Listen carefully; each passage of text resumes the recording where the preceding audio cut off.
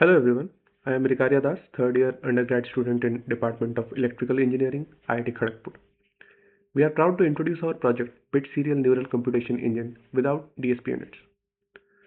So this project achieved a significant milestone by winning the Gold Award in AI/ML powered FPGA Design and Simulation Hackathon held at NIT Jamshedpur under the Industry Academia Conclave in collaboration with VLSI for All. We would like to express our special gratitude to our mentors and judges whose guidance played a crucial role in shaping our approach and refining our design. We also extend our thanks to Mr. Rajat Kumar Singh, founder of VLSI for All, for his vision and leadership. This platform gave us the opportunity to learn, experiment, and compete at an industry relevant level. Thank you. Let's get started. Okay, so let's try to understand what problem does this project solve. Modern neural networks rely heavily on multiply accumulate operations, and in conventional hardware, these are executed using DSP slices. So, what are DSP slices? A DSP slice in an FPGA is a dedicated hardware block optimized to perform high speed arithmetic operations, mainly multiply and accumulate. DSP slices provide a pre designed pipeline data path that runs very fast and efficiently. While this works well in GPUs and high end accelerators, it creates a serious problem when we move to edge devices. FPGAs with limited DSPs or low powered embedded systems. DSP blocks are expensive in terms of area and power. They are available in limited number on most FPGAs. As neural networks scale, the demand for parallel MAC operations quickly exceed the available DSP resources, forcing designers to either reduce parallelism, lower performance, or move to larger and more expensive devices. This project addresses that exact limitation. Instead of relying on DSP or MAC units, the Bit-Serial Neural Computation Engine performs multiplication using simple logic elements, mainly adders, shifters, and registers. By processing data one bit at a time, the engine trades off some latency for massive savings in hardware resources. This approach solves three key problems simultaneously. First, it eliminates dependency on DSP blocks, making the design portable across low-cost FPGAs and even ASICs. Second, it significantly reduces power consumption because simple logic toggles far less than wide parallel multipliers. And third, it allows scalable precision. We can change the bit width of computation without redesigning the hardware, which is extremely useful for neural networks that tolerate reduced precision.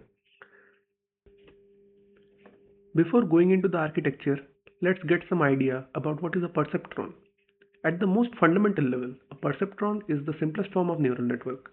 It takes multiple inputs, multiplies each input by a corresponding weight, adds them together, and then applies a activation function to produce an output. Mathematically, this is just a weighted sum followed by a non-linearity. But from a hardware perspective, this is important because it translates directly into multiply accumulate operations, which dominate the computation costs of neural network. A single perceptron can only solve linearly separable problems. So on its own, it's quite limited. However, when we stack multiple perceptrons together, we get something much more powerful. Now that we understand the perceptron, it's time to clarify that this project is not designed to perform full end-to-end classification. Instead, it is used as a feature extractor, meaning it transforms raw input data into a compact and meaningful feature representation that can later be consumed by a classifier or another processing stage. The idea is simple. Early layers of neural network are responsible for extracting useful patterns such as edges, correlations, and signal structures, while later layers focus on decision making. My architecture focuses on efficiently accelerating this feature extraction stage, which is the most computation heavy part. Before jumping straight into the architecture, just a quick heads up. These slides are a bit old. Since then, we have integrated AXI-Stream interface into the model, so that part isn't fully reflected here. Don't worry though, the latest and complete implementation is available in our GitHub repository, and you'll find the link shared on the last slide. You can check out the updated code there for full picture. Now let's discuss about the high-level architecture. Our architecture implements a complete AXI-Stream connected neural network hidden layer computation engine on FPGA, integrating input buffering, weight memory, a bit serial MAC engine, ReLU activation, and proper back pressure handling in the clean streaming architecture. You might be thinking, what is an AXI stream? The AXI stream is the data highway for our engine. Input features stream in through AXI slave interface. The network processes and outputs flow out through the AXI master interface, all handled automatically with valid and ready signals to keep data moving efficiently without stalling. Input feature vectors are received as a stream and assembled into a complete input vector using internal buffering mechanisms. Once a full vector is available, a dedicated Mac engine performs hidden layer computation by sequentially reading weights from on-chip weight memory and executing multiply accumulate operation using bit serial arithmetic. The Mac engine supports configurable parallelism to balance throughput and area. It also employs handshake-based flow control to support back pressure. The accumulated neuron outputs are passed through ReLU activation unit, and the resulting activations are streamed out with explicit end-of-vector signaling. Global busy signaling and handshake-driven data movement ensure safe synchronization between data loading, computation, and output streaming. Now let's talk about the input buffer module. It acts as an input staging and validation block between a streaming data source and neural network computation engine. It receives input values one at a time from a stream, stores them sequentially in an internal buffer, and assembles them into a complete fixed-sized input vector required by the neural network. The module monitors an end-of-vector marker to ensure that exactly the expected number of inputs is received, and it generates a short vector-ready signal once a full valid vector has been successfully captured.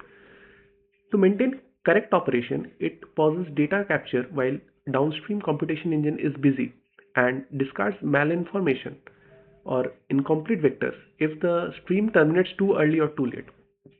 By enforcing strict input alignment and synchronization, this block ensures that neural network always processes well-formed input vectors, providing reliable and deterministic behavior in the streaming hardware system. The weight memory module implements a hidden layer weight memory for the neural computation engine. It stores all the weights connecting input features to hidden neurons in a structured block RAM and produces dual access, a write interface for programming or updating weights for an external host, and read interface for the Mac engine during computation. Incoming weights are written using a two-dimensional indexing scheme, neuron and input, which is flattened internally into a single memory address for storage. The module pipelines writes to ensure timing correctness and supports synchronous reads, providing the Mac engine with the correct weight value each clock cycle. By handling both storage and access in a predictable and efficient manner, the block ensures that the neural network always receives the right weights for computation, while also allowing safe updates from an external controller without disrupting ongoing calculations. Now we come to the most important module, which is the core computation engine of the neural network accelerator. It implements a bit serial multiply accumulate operation to compute the outputs of the hidden layer neuron. Upon receiving full input vector, the Mac engine sequentially reads the corresponding weights from memory and performs multiplications and accumulations using bit serial approach, which efficiently reduces hardware resources on FPGA. To improve throughput, it supports parallel processing of multiple neurons simultaneously. Intermediate results are accumulated in internal registers with proper handling of signed arithmetic to account for positive and negative values. Once all the input features of all the neurons are processed, the results are streamed out sequentially through AXI compatible interface, with handshake signals ensuring that downstream module ReLU activation are ready to receive the data. Now, before exploring the ReLU activation module, let's understand what are activation functions. So activation functions are fundamental components of neural network which introduce non-linearity into the model, enabling it to learn and represent complex patterns beyond simple linear relationships. Without activation functions, multiple layers of neural network would effectively collapse into a single linear transformation, severely limiting the network's expressive power. Activation functions operate on the output of each neuron and decide whether and to what extent the neuron should be activated. Common activation functions include ReLU, rectified linear unit, that we will use in our module, which output 0 for negative inputs and pass positive values unchanged and is widely used due to its simplicity and hardware efficiency. Sigmoid, which compresses values into a range of 0 to 1 and is often used for probability-like outputs. And tanh, which maps values between -1 and 1, providing strong centering around 0. In hardware accelerators, ReLU is especially popular because it requires minimal logic, making it fast and resource efficient while still providing essential nonlinearity needed for effective neural interference. Following the principle, the final module implements the rectified linear unit activation function as a streaming hardware-friendly processing stage. It receives accumulated results from the Mac engine and applies a simple nonlinearity by suppressing negative values and passing through the positive values unchanged.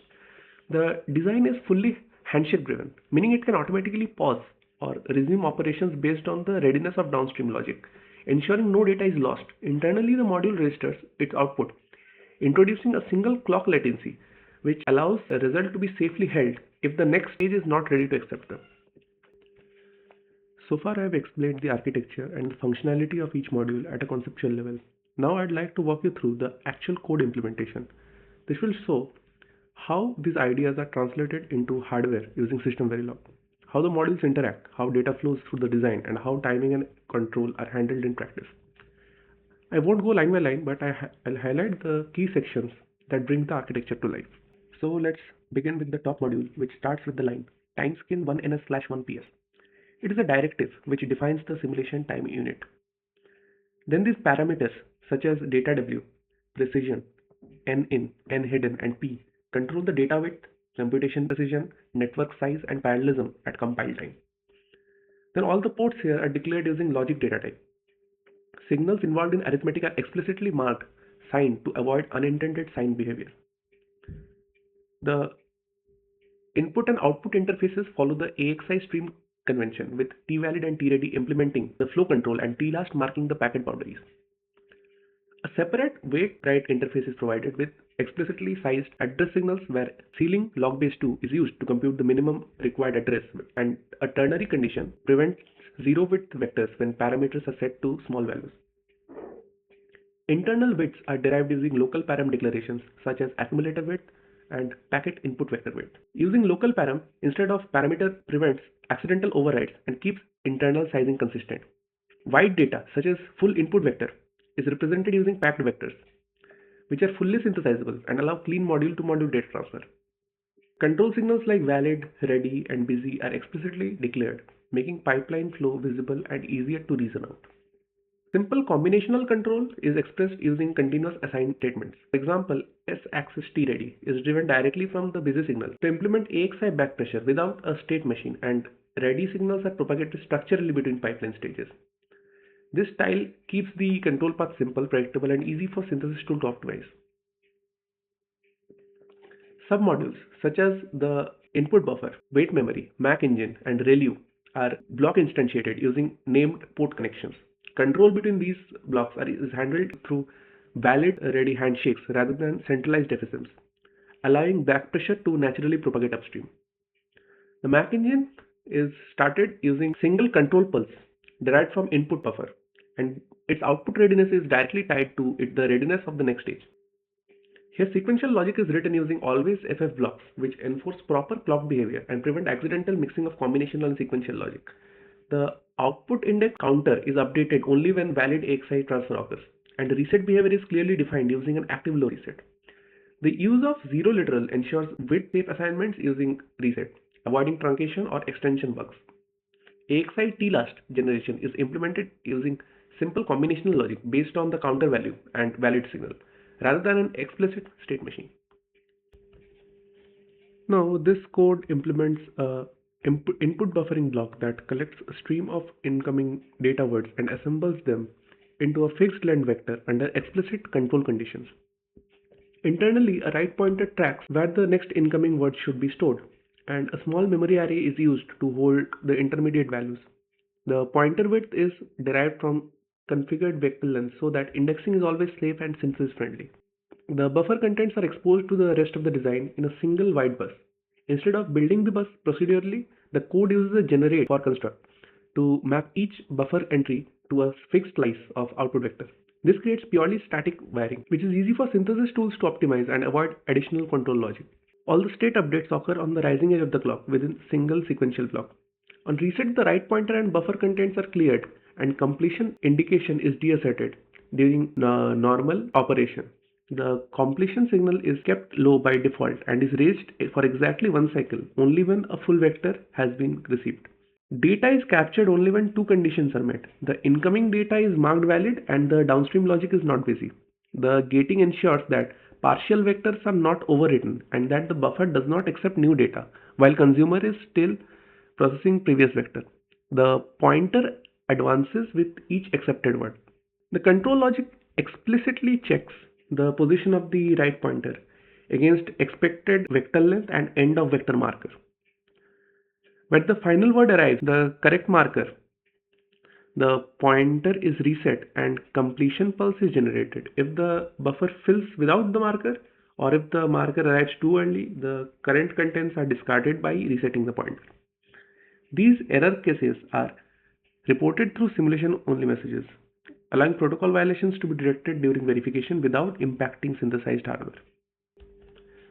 The weight module implements a parameterized weight memory for hidden layer, storing all weights in a single flattened memory structure. The parameters define the weight width and the dimensions of the weight matrix, and from these, internal constants are derived to determine the total memory size and required address width.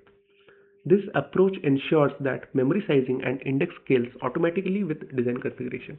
The memory itself is declared as a synthesizable array and is explicitly annotated with RAM-style block attribute to encourage inference on block RAM and FPGA targets. The storage is one-dimensional even though the weights are conceptually two-dimensional. This simplifies the memory interface and allows both read and write operations to use a single address space. To support safe and timing-friendly writes, the code introduces a small write pipeline. Incoming write data, the flattened address, and the write enable are all registered on the clock edge. The flattening operation converts the two-dimensional address formed by hidden neuron index and input feature index into a single linear address. Registering this logic isolates address arithmetic from memory write port, improving timing closure and making the behavior deterministic. The memory access itself is handled in a separate clocked block that models synchronous block RAM behavior. Writes occur when the registered write enable is asserted using registered address and data. Reads are also synchronous, with the read data appearing one clock cycle after the read address is applied. Reset logic initializes the pipeline registers and the read data output to known values, ensuring clean startup behavior. Now coming to the Mac engine, we know it implements multiply accumulate engine using structured combination of control logic, counters and bit serial arithmetic. It is fully parameterized so that data width, precision, number of inputs, number of neurons and parallelism are all resolved at compile time. From these parameters, several local constants are derived to size counters accumulators correctly, ensuring the arithmetic growth and indexing remains safe and deterministic. Internally, the design is organized around a small finite state machine with three states: idle, proc, and streaming. The FSM controls when computation begins, when accumulation is active, and when results are sent out. State transitions are driven by explicit conditions such as completion of all input bits, exhaustion of input features, and completion of output streaming. This keeps control flow explicit and easy to trace rather than implicit through nested counters. The core computation is coordinated using several counters that track the current hidden neuron, the current input feature, the current bit position for bit serial processing. Additional flags manage memory read latency and indicate when bit level accumulation is active. Parallelism is handled by indexing across multiple lanes, allowing several neurons to be processed simultaneously while sharing control logic. Input data is accessed from packed vector by slicing out the relevant word based on current input index. Weight memory is accessed through flattened address, which allows a conceptually two-dimensional weight matrix to be stored in a single linear memory. Memory reads are explicitly staged to model synchronous behavior, with intermediate registers capturing weight magnitudes and sign information before accumulation begins. The arithmetic is split into magnitude and sign handling. Absolute values of inputs and weights are used for accumulation, while signed bits are combined separately to determine whether the accumulation result should be added or subtracted from the final sum. Bit serial multiplication is implemented by checking individual bits of the weight magnitude and conditionally adding a shifted version of the input magnitude. Partial sums are maintained per parallel lane and then merged into per neuron accumulators once all bits for the given input have been processed. Once all the inputs for the neurons have been accumulated, the engine transitions into a streaming phase. In this phase, the accumulated results are read from the internal storage and presented on the output interface one by one. A valid ready handshake is used so that the output timing is controlled by downstream pressure. Internal indices ensure that each neuron result is sent exactly once, and output validity is asserted only when data is stable and eligible for transfer. Finally, coming to the ReLU activation module, as we saw before, the timescale derivative sets simulation, resolution, and precision, after which ReLU activation module is declared with a single parameter ACCW that defines a bit width of all data paths, keeping the design scalable and consistent with the Mac engine output width.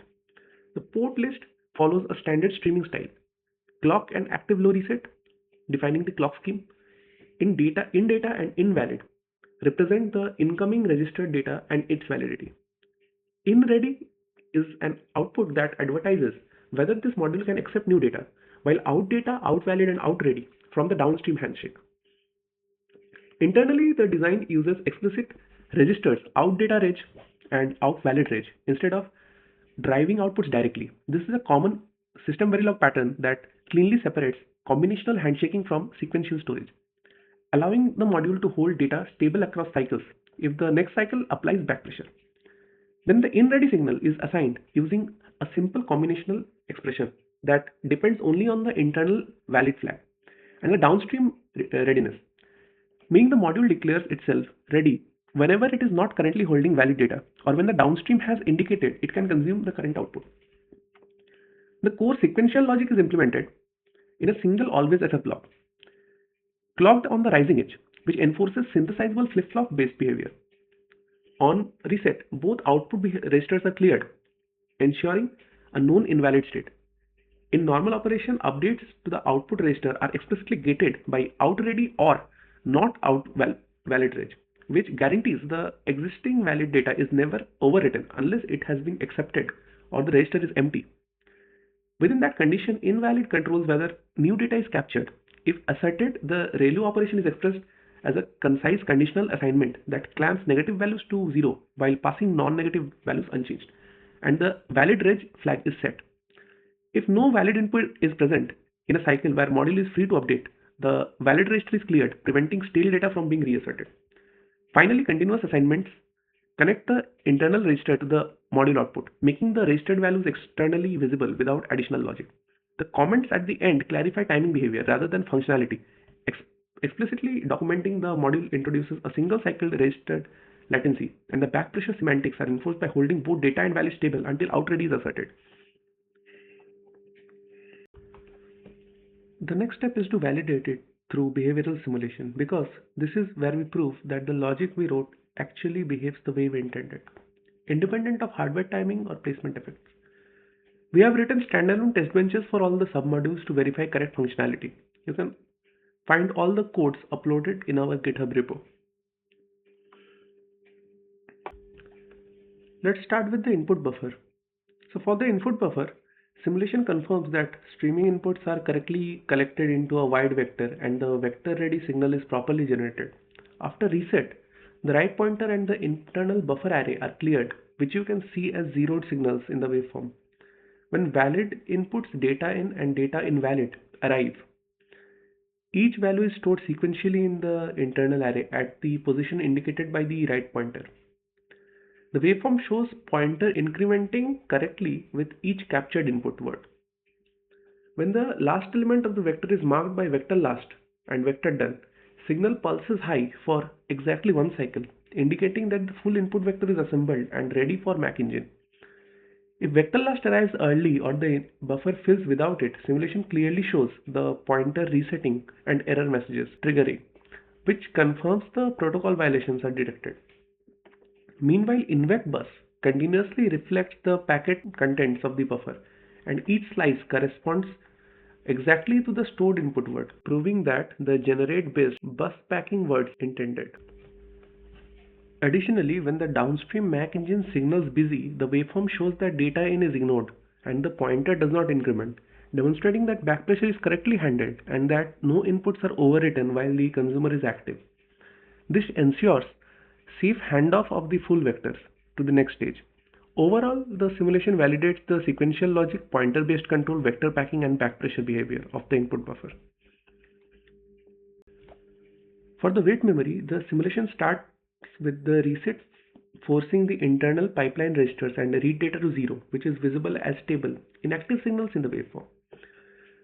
When enable is asserted, you can see the hidden index and input index being flattened into a single address one clock later, confirming the registered address pipeline. On the following cycle, the wait value appears at the correct BRAM location, while read shows a clean one cycle latency from R address to R data. When read and write occurs in adjacent cycles, the waveform shows no glitches, demonstrating that the registered write enable and address sequencing correctly protect BRAM timing. This confirms that the memory interface and its control timing are aligned with synchronous block RAM behavior. For the Mac engine, the behavioral simulation is more involved but very revealing. After reset, all accumulators, counters, and FSM states settle into idle and busy remains low. When start compute is asserted, the waveform shows a clean transition into the proc state, with busy going high and hidden and input counters beginning to advance. You can observe the wait memory read addresses incrementing in a structured pattern, matching the hidden by input traversal. While the internal wait signals introduce visible one cycle delay that model memory latency, during bit serial operation, bit IDX counter advances steadily and the partial accumulations update only when the corresponding wait bit is high, which is visible as stepwise growth in the partial sums. Once the last bit of the last input for the group of neurons is processed, the waveform shows FSM transition into stream, at which point accumulation stops and output handshaking begins.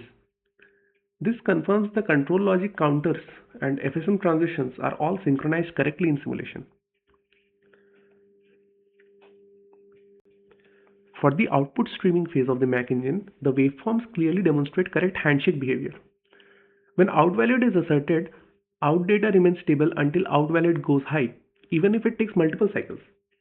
Each successful handshake increments the output index, and you can see the next hidden neuron's accumulated value being presented in order. When the final neuron is streamed, out valid deasserts and the FSM returns to idle, with busy dropping low, confirming clean completion and readiness for the next computation cycle. Now that we have covered all the modules and validated their behavior through simulation, it's time to look at resource utilization of our full design on a Xilinx RTX UltraScale Plus FPGA board. Our implemented network uses 256 input features, 128 hidden neurons, and a parallelization factor of 4. So the resource requirements reflect both the network size and degree of parallel computation. From the utilization report, we can see that the design uses 9391 LUTs, which is about 25% of the available LUT resource, and 9805 flip-flops, roughly 13% utilization. These resources are mainly consumed by the Mac engine, control FSMs, bit serial accumulation logic, address generation, input buffering, and the ReLU activation pipeline. The relatively low LUT and FF usage highlights the efficiency of the bit serial architecture, even with 4 parallel computation lanes.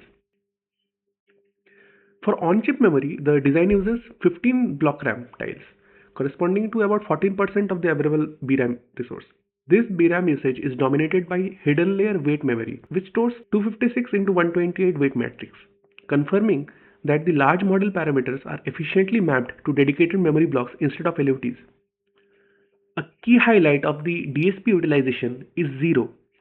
Despite performing multiple multiply accumulate operations for the neural network, the bit serial computation approach completely avoids DSP slices, preserving all 216 DSPs on the device for other accelerators or future extensions. This clearly demonstrates the area efficiency and flexibility of the chosen architecture. In terms of I/O, about 97 bonded IOBs are used, which reflects the wide data path, control signals, and streaming interfaces required for integration and testing. Clocking resources are minimal, with only one global clock buffer in use, indicating a clean and simple clocking scheme. Now coming to the timing report, it shows that the design is timing clean and stable. The system is constrained to a 100 MHz clock with a 10 nanosecond period, and all user specific timing constraints are fully met after routing. The Key metric here is the worst negative slack, WNS, which is 0.987 nanosecond. A positive WNS means that the slowest path in the entire design still has almost 1 nanosecond of timing margin. So no setup violation exists. Correspondingly, the total negative slack is 0 nanosecond, and there are no zero failing endpoints across nearly 30,000 timing paths, confirming that the design meets timing globally. Hold time is also clean, with a worst hold slack of 0.002 nanosecond, indicating no hold violations. Because the design uses a single synchronous clock domain, the intra-clock timing table shows all paths are analyzed cleanly under the same clock, with no interclock or asynchronous timing issues. The absence of combinational loops, unconstrained paths, or missing clock definitions further confirm that control logic, Mac engine pipeline, memory interface, and streaming logic are all properly registered and constrained. Overall, the timing report validates one of the core design goals of the project. By using pipeline control logic and bit serial computation, the critical paths are kept short and predictable, even when 256 inputs, 128 hidden neurons, and 4 lane parallelism. The design comfortably meets 100 MHz clock target, leaving headroom for higher frequencies or future scaling. Finally, coming to the power report, it highlights one of the key strengths of our architecture: very low power consumption despite a reasonably large network configuration. The total on-chip power consumption is only 0.218 watt, which is extremely modest for an ultra-scale plus device. Out of this, 0.136 watt is static power, which comes from the FPGA fabric itself and is largely independent of the design, while the dynamic power is just 0.082 watt, directly attributable to our neural network computation. This already shows that the bit serial MAC approach is effective at keeping switching activity low compared to conventionally full parallel MAC designs. Looking at power breakdown, the MAC engine dominates dynamic power at about 0.037 watt, which is expected since it contains the core control FSM, bit serial accumulation logic, and parallel lanes. The input buffer 0.007 watt and hidden weight memory 0.008 watt consume relatively little power, confirming that buffering and PRAM based storage are energy efficient. CLB logic as a whole consumes around 0.015 watt and block RAM power is only 0.007 watt. Even though 15 BRAM36 blocks are used to store weights, importantly, DSP power is zero because design deliberately avoids DSP slices and instead relies on LUT based bit serial arithmetic, making the architecture portable and scalable. IO power is relatively higher at 0.027 watt, which makes sense because nearly 75% of the available IO pins are used, mainly due to AXI-Stream interfaces and control signals. Clock power remains low at 0.013 watt since the design uses a single 100 MHz clock domain with no PLLs or MMCMs. Thermally, the design is very safe. The estimated junction temperature is only 25.6 degrees centigrade, essentially ambient with maximum allowable ambient temperature close to 100 degrees centigrade. This means the design can comfortably operate without aggressive cooling, even in embedded or industrial environments. Finally, the report marks the overall confidence level as low, not because of any design issue, but because switching activity was not fully annotated using simulation generated activity files. With SAIF or VHD based activity backed annotations, the dynamic power estimate would become even more accurate. Even so, the results already demonstrate that our bit serial DSP free neural computation engine achieves excellent power efficiency, making it well suited for edge AI and FPGA based inference accelerators. To wrap up, I'd like to sincerely thank everyone for your time and attention and for staying with me through the architecture code walkthrough and simulation results and resource analysis. This project represents a practical exploration of efficient bit serial neural computation engine design on FPGA. And I hope it gave you useful insights on how such architectures can be built and optimized on real hardware. If you would like to explore the implementation in more detail, run the simulations yourself or build upon this work. The complete source code, scripts and reports are available on our GitHub repository and we will add more with coming time. The link is provided here on the final slide. For any questions, discussions or collaboration opportunities, you can also reach out to me at the email address shown on the slide. Once again, thank you for your attention, and I'll be happy to take any questions.